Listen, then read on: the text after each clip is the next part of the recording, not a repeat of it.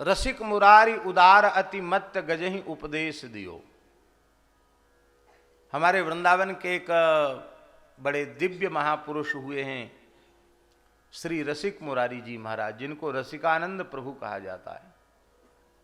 श्री चैतन्य महाप्रभु की पवित्र परंपरा में इन्हीं के ठाकुर हैं श्री राधा श्याम सुंदर जी। राधा श्याम सुंदर राधा दामोदर जी, उनके बगल में राधा श्याम सुंदर जी रसिकानंद प्रभु के ही ठाकुर हैं। उनके गुरु जी का स्थान था बंगाल में।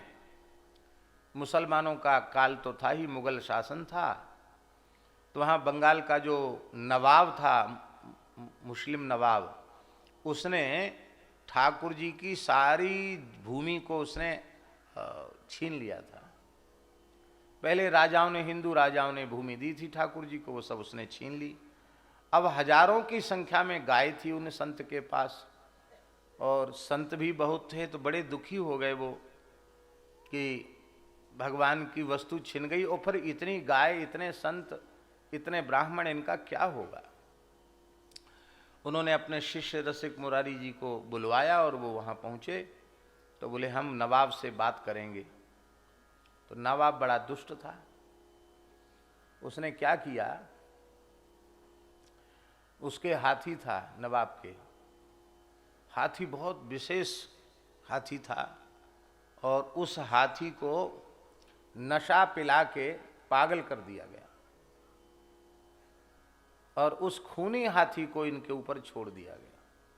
पहले पालकी भेज के बादशाह ने, नवाब ने बुलवाया, और पालकी में बैठ के रसिकानंद प्रभु आए, और वो पहले से कहारों को पता था कि हमें क्या करना है। हाथी चिंगाड़ता हुआ आया, पागल हाथी, और तुरंत वो डोली पालकी छोड़ के चले गए, भाग गए। एक तो हाथी, फिर उसको अशुद्ध वस्तु पिला करके उसकी बुद्धि को पागल कर दिया गया, तो स्वाभाविक वो मार डालेगा इसको और हमारा कंटक कट जाएगा। लेकिन आप पालकी से बाहर उतर करके खड़े हुए, आपकी करुणा भरी दृष्टि उस हाथी पर पड़ गई। पता नहीं कौन से पाप किए होंगे, तब तो हाथी की योनि में गया, दुष्टों की संगति में रहा। इस बेचारे को क्या पता कि मदिरा पीने की चीज है कि नहीं, घड़े घड़े मदिरा पिला के इसको पागल बना दिया गया है। इसके ऊपर भगवान की कृपा होनी चाहिए। उनका हृदय भरा आया करुणा से, और उन्होंने केवल मुस्कुराते हुए कहा, हाथी चिंगाड़ रहा था, कहा कृष्ण कृष्ण कहो छाड़ो गज तन तम। इस हाथी के शरीर का तमोगुण त्याग दो, कृष्ण कृष्ण कहो। क्या कहा? कृष्ण कृष्ण कहो, हाथी की योनि का तमोगुण छोड़ दो। एक समर्थ पुरुष की वाणी प्रकट हुई, और उसका तमोगुण पता नहीं कहाँ चला गया।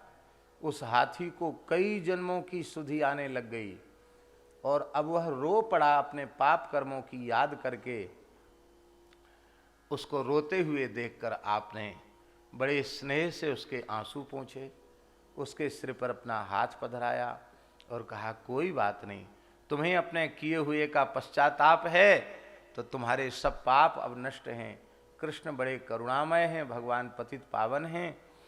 अब तो हाथी अपनी भाषा में रोकर बोला, महाराज मैं आपकी शरण में हूँ। अपनी सूंड से महाराज के चरण की रज उसने लेकर अपने मुख में डाली, मस्तक पर लगाई। संत ने कृपा की, कान में भगवान का नाम सुनाया, गले में तुलसी धारण कराई, और उसको शिष्य बना लिया हाथी को। उसका नाम रखा गज गोपाल दास। क्या नाम रखा? उसका नाम रखा गज गोपाल दास। और वे गज गोपाल दास भी सिद्ध महात्मा हो गए।